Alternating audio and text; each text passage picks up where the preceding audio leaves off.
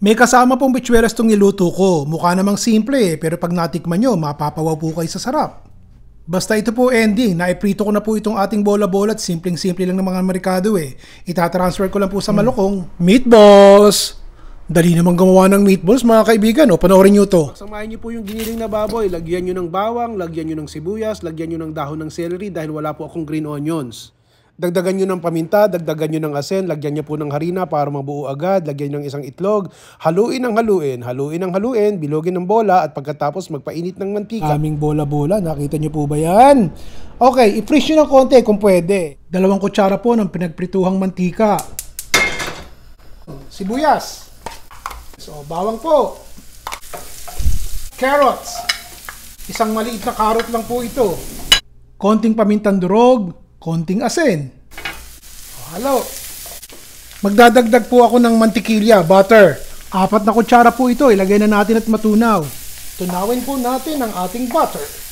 Harina po. 1/4 cup. Medium heat. At madaling masunog. Lutuin niyo po yung harina 30 segundo. Dapat po ito'y beef cubes. Wala po ako nun eh. So ito na lang. 2 tasa po ng tubig. But I'm adding this chicken cube para may lasa. Pakuluan natin. After 1 minute, dagdag po tayo ng 2 tasa ng gatas. Kahit po evaporated milk, okay na rin. Medium heat lang ha. Kasuba po. Dagdag tayo ng konti para may kulay. Kayo na po ang bahala kung gaano kaalat nyo gusto. Maglagay po kayo ng toyo at bigyan nyo ng katitik na nor liquid seasoning para may lasa. Haluin po natin sandali.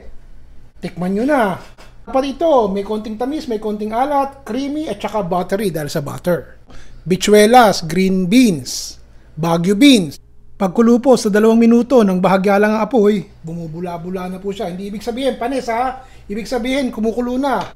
Okay, dagdag na po natin ang ating bitsuelas na hiniwa ng maliliit. Isunod nyo na po ang bola-bola. Luto na to di ba? Haluin nyo na po. Nakita nyo naman yun, no? Naku po. Ewan ko na. Kahit siguro yung biyanan yung matigas ang kalooban at ayaw kayong batiin babatiin kayo pag natikman to. Sarap Ito po ang creamy bitsuelas with bola-bola. Sa amin po sa Pasig, merong bitsuelas sa gatas.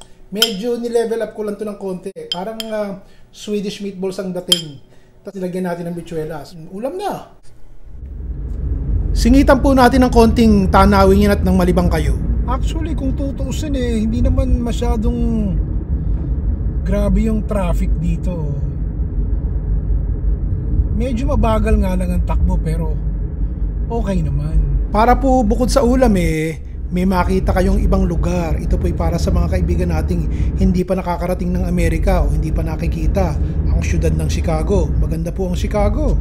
Lalo na po pag masikat ang araw at maganda ang panahon. Kakana na tayo dito. Pauwi na tayo